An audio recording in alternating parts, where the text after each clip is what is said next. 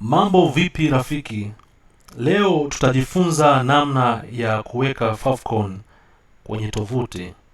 Favicon ni logo ambayo huwekwa kwenye tovuti.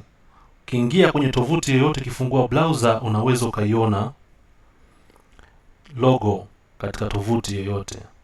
Kwa mfano, ukitizama katika tovuti hizi, kwa mfano hii tovuti inaitwa javascript.tutorial, utaona pembeni kuna logo ya kijani hapa ambayo ni W3. Lakini pia ukitizama hata hii favicon.io, utaona pia hapa juu kuna icon au logo. Hata kwenye RAW PDF utaona hii logo. Sasa hiki ndicho tunataka tujifunze, na ukienda ukatazama hata kwenye ukijaribu kukagua HTML element za hii website, utaona amefanya kitu hicho. Kwa mfano hapa ameandika link relation icon type, ameandika image, amekuja ameandika size, akaandika hii hyperthetic reference. Hiki alichokiandika ndani ni hiyo logo unaiona hapo juu. Kitu hicho pia kimefanyika upande wa hii JavaScript tutorial. Ukitazama amerudia kitu kile kile kilichoandikwa katika tovuti ambayo nimetangulia kuonyesha. Ameandika link, alafu akaandika relation icon type, akaandika image, akaandika png, size akaweka, akaandika hiyo hyperthetic reference. Alichokiandika ndani ni hiyo icon. Hiki ndicho nataka kujifunza leo, namna ya kuweka hizi logo katika tovuti, na ni rahisi sana. Unachotakiwa kufanya ni kuandika tag ya link tag, ambayo yenyewe inakuwa na opening tag bila closing tag. Utakachofuata kufanya ni kuandika hiyo hyperthetic reference hyperlink, ambayo ndani yake utabidi uandike jina na extension ya au format ya hiyo logo. Unaweza ukaenda kwenye baadhi ya tovuti kama ile niliyokuonyesha hapo kwenye hiyo favicon.io, unaweza ukaenda ukadownload huko, ukazifanyia mabadiliko, maboresho, ukaweza kuzitumia. Lakini mimi tayari nilishapakua, ninazo katika index yangu ya HTML.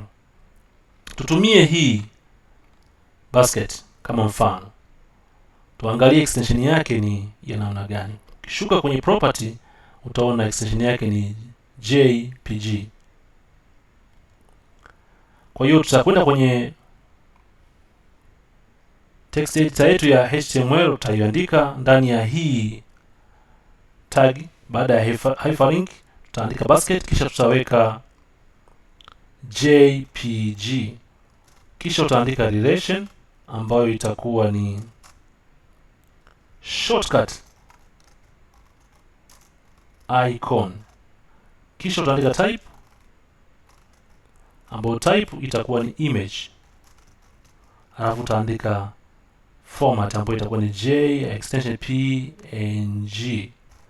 Kisha andika hivyo, umemaliza. Unachofanya ku save, na kisha tunakwenda ku run. Tukirun utaona inaweza kutokea tayari. Tunaona hapa juu tayari logo imetokea hii favicon. Tunaweza tukabadilisha tukatumia logo tofauti. Kwa mfano hapa tunaweza tukasema tukatumia, kwa sababu huku tunayo electron, tutumie electron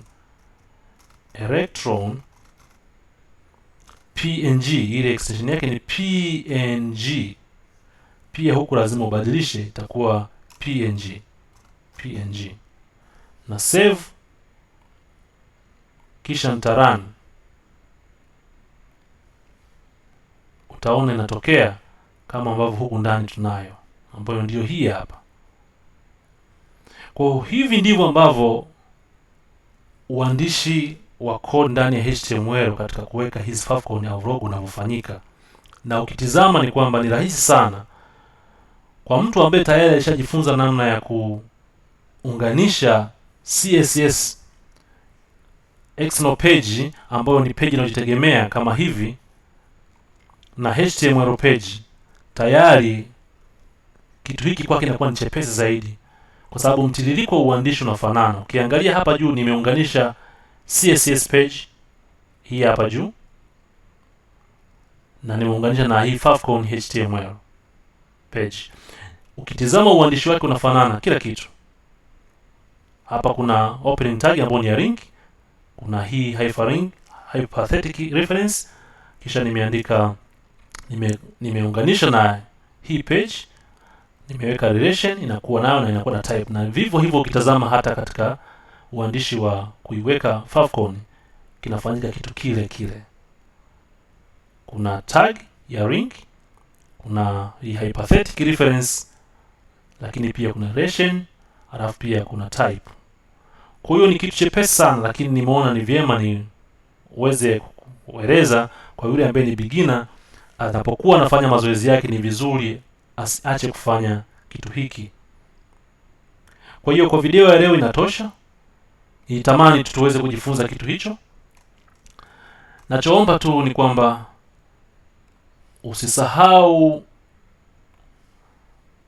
kusubscribe, na kuomba usisahau kusubscribe, kulike, kucomment na kushare. Pia usisahau kubofya notification ili napokuwa nimepakia video nyingine unakuwa wa kwanza kuweza kuona video. Tumejifunza Favcon, unaweza kurudia tena kutazama video hii. Asante sana, nashukuru.